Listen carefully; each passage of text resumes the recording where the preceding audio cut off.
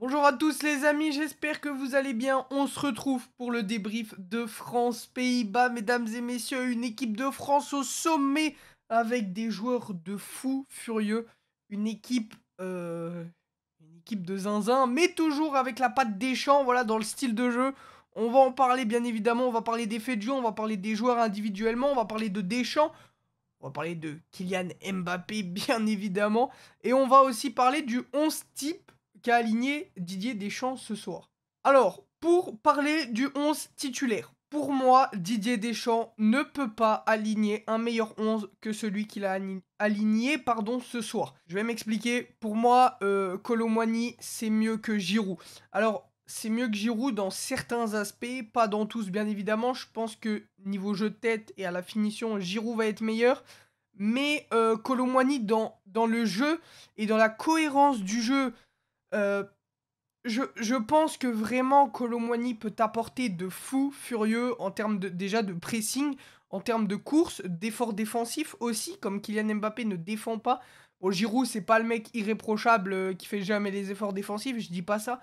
Mais Kolo Muani va être ce pilier pour Kylian Mbappé capable de combiner un peu plus juste techniquement peut-être que Olivier Giroud. Je dis pas que Olivier Giroud est une pipe techniquement, mais je pense que Kolo Muani peut apporter, selon moi, plus que Giroud. Et on va pas se mentir, Kolo Muani a une marge de progression beaucoup plus haute que celle de Giroud, puisque en même temps, ils ont pas le même âge, donc c'est normal. Et je pense pour moi que Kolo Muani est mieux. À droite, je préfère Kingsley Coman à Ousmane Dembélé. Certains vont pas être d'accord et ça peut s'entendre, hein. Ousmane Dembélé, c'est un joueur que j'aime particulièrement, mais Kingsley Coman au Bayern, pour ceux qui regardent les matchs du Bayern Munich, c'est une folie. En ce moment, ce qu'il a fait contre Paris en Ligue des Champions, c'est phénoménal. Il fait des efforts défensifs de fou malade. Et quand on sait que ton côté droit, bah, c'est un peu le côté faible avec Jules Koundé, bah, avoir un mec qui revient défendre beaucoup, ça peut vraiment apporter de fou. Comparé à un Ousmane Dembélé qui fait les efforts défensifs, mais qui du coup est épuisé. Et en attaque, il va peut-être moins apporter ce déséquilibre que t'attends de lui. C'est pour ça que je pense personnellement préférer Kingsley Coman. Bon, en attaque, c'est bien évidemment Kylian Mbappé, lui il est imbougeable. Au milieu, on avait Rabiot, Chouameni et Griezmann en 8. Griezmann en 8, c'est vraiment... C'est le poulet. C'est le poulet. C'est exceptionnel, ce rôle de 8 pur en fait. C'est la folie. C'est la folie, les montées de balles qu'il fait, les récupérations, notamment sur le premier but. On va revenir après sur tous les buts, mais la récupération qu'il fait est folle, la finition est folle. En ce moment, avec l'Atlético Madrid, pour ceux qui regardent les matchs ou les résumés, Griezmann est en forme olympique en ce moment. C'est très très fort, Antoine Griezmann. Donc ça fait plaisir de le revoir au niveau. À ce changement de poste là en milieu de terrain, ce mec est une merveille. Ce mec est une merveille. En centre, en passe, en effort défensif, il a la hargne, récupération, finition, drip, contrôle, contrôle. Il y a un moment, c'est, je crois, Coman qui lui envoie une brique de l'espace. Il arrive à la contrôler magnifiquement. Ses prises de balles et tout. Non, Griezmann, c'est le poulet. C'est un des joueurs que j'ai préféré voir ce soir. Adrien Rabiot, pareil, très très fort. Un peu ce rôle dans l'ombre, mais tout aussi important. Adrien Rabiot, bien évidemment. Je pense qu'il n'y a pas mieux au milieu de terrain à l'heure actuelle pour l'équipe de France. Et en 6, Chouameni. Chouameni. Chouameni. La paire Rabiot-Chouameni, c'est vraiment... C'est parfait. Chouameni qui fait un plutôt bon match, j'ai trouvé. Il a encore, bien évidemment, une marge de progression assez haute. Hein. Même au Real de Madrid, il faut qu'il s'impose. Il faut qu'il prenne en assurance. Mais Chouameni, c'est fort. C'est fort. Et je pense que même avec un retour de Paul Pogba et N'Golo Kanté, c'est fini pour eux. Je pense que Pogba et Kanté n'ont plus leur place dans le 11 type de l'équipe de France à l'heure actuelle. Je pense qu'il faut tourner une page. La page 2018 a été tournée avec la retraite de Loris, Varane et encore plein d'autres hein, qui ne sont plus là, Matuidi notamment, etc. Et je pense qu'il faut passer à autre chose aussi pour Kanté et Pogba qui, déjà physiquement, ne sont plus au niveau. Et voilà, Kanté, ça fait 7 mois il a pu jouer. Pogba, ça doit faire à peu près pareil, je pense. C'est compliqué, c'est compliqué. C'est pour ça que je pense que ces deux joueurs-là n'ont plus leur place en équipe de France et je préfère Adrien Rabiot et Tchouaméni à la paire du milieu. Très bon match de nos milieux de terrain, qui a absolument anéanti le milieu de terrain hollandais. Attention, il n'y avait pas Frenkie de Jong. C'est comme si tu nous enlevais à peu près à la même échelle Kylian Mbappé. C'est vraiment leur joueur phare, c'est vraiment le technicien de cette équipe, voilà, le mec qui va te dicter un peu le jeu, et c'est un élément très important pour le Pays-Bas, qui n'était pas là, Frenkie de Jong, qui était blessé, donc forcément que c'est un élément à prendre en compte aussi. Est-ce qu'il aurait changé le match à lui tout seul? Je sais pas, je ne pense pas, mais il aurait quand même apporté un peu plus à ce milieu de terrain hollandais. Parlons de la défense maintenant, Théo Hernandez. Très très fort, hein, très très fort. Son retour qu'il fait, les retours qu'il fait, pardon. Il a peut-être un petit problème d'alignement des fois, où il va peut-être être un peu trop avancé, ou ouais, peut-être un petit problème de positionnement en défense, mais ce qui t'apporte le déséquilibre en attaque, le dédoublement du côté de Kylian Mbappé, c'est cette paire-là, les gars. On l'avait déjà vu à la Coupe du Monde, on la découvre pas sur ce match, bien évidemment. Mais sérieusement, la paire Hernandez-Kylian Mbappé, c'est la folie monstre. C'est la folie monstre. La charnière défensive, Upamecano, Konaté. Mesdames et messieurs, pour ceux qui suivent le Bayern Munich encore une fois, Upamecano, taulier au Bayern Munich, il est absolument phénoménal en ce moment. On sait qu'on pouvait lui reprocher des petites boulettes, voilà, par-ci par-là, des sauts de concentration, mais il a réglé ces erreurs-là. Et franchement, c'est un taulier maintenant. Il est imbougeable, Upamecano. Et Konaté, bon, Konaté, désolé la notif. Konaté, c'est très très fort. Lui, le seul problème, c'est les pépins physiques. Voilà, on espère qu'il va pas trop se blesser, mais en tout cas, cette charnière-là, elle est au top. On a une charnière vraiment très très solide. Très très solide, et c'est deux joueurs que j'aime particulièrement. Et côté de Roi, on a Jules Koundé. Alors Koundé, c'est un peu... On sait pas trop. Je pense que c'est le côté faible de l'équipe de France, comme je disais précédemment, mais avec Coman qui fait les retours défensifs, ça peut plus aider.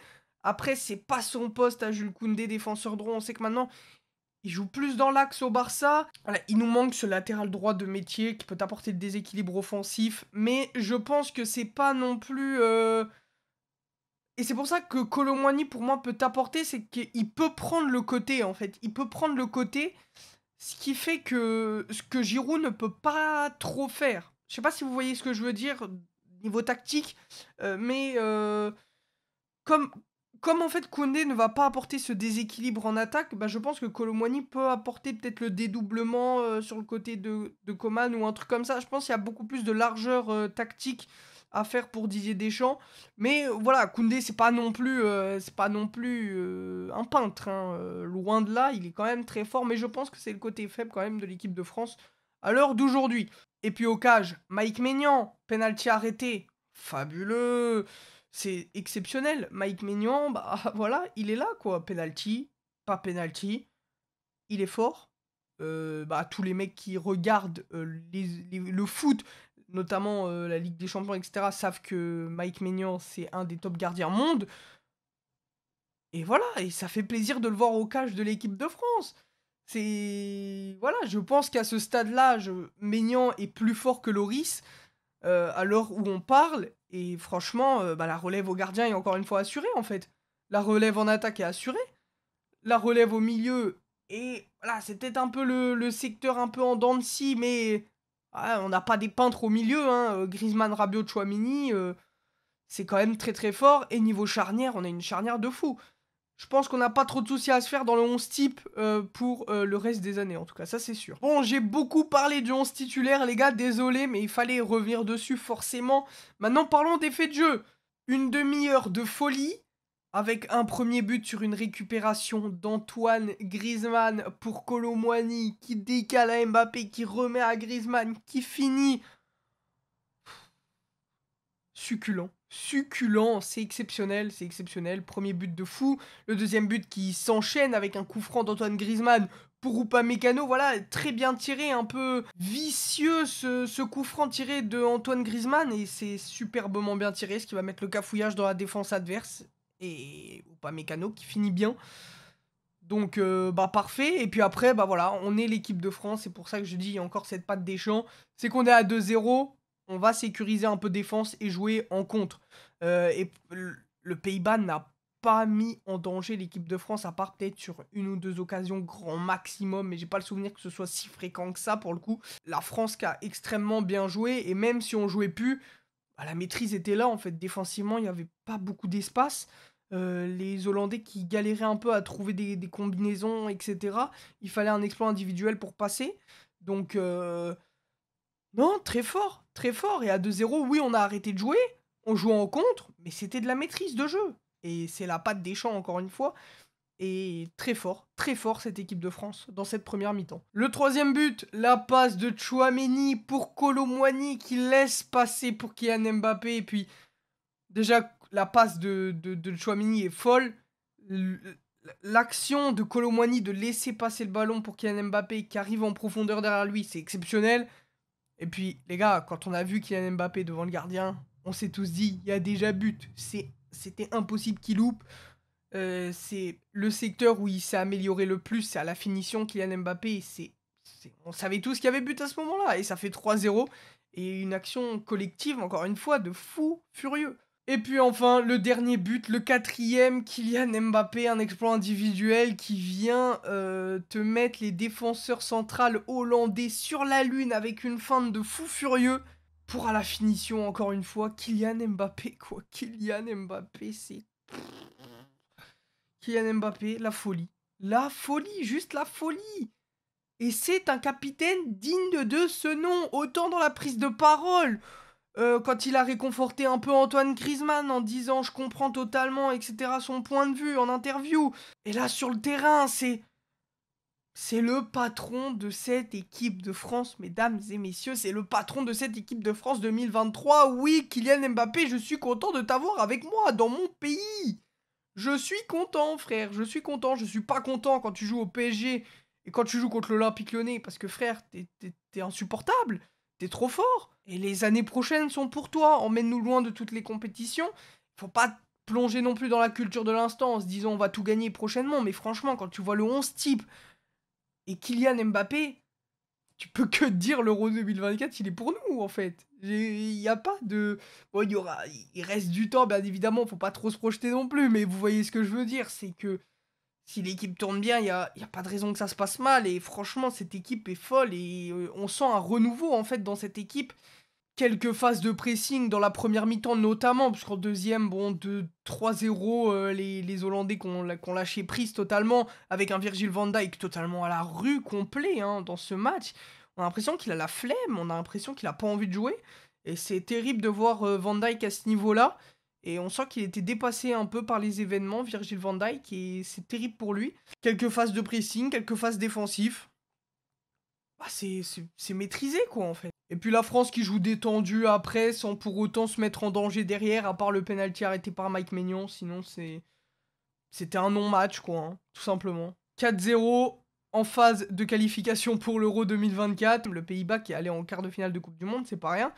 Même s'il manquait De Jong, c'est quand même une performance assez imposante de la part de l'équipe de France qui montre son statut et qui montre qu'elle est présente et ce renouveau dans l'équipe aussi. Et hâte de voir les compétitions futures en fait. On débriefera le match de lundi, mesdames et messieurs. Merci à tous de suivre les débriefs. Prenez tout soin de vous, des bisous, portez-vous bien. Bye tout le monde.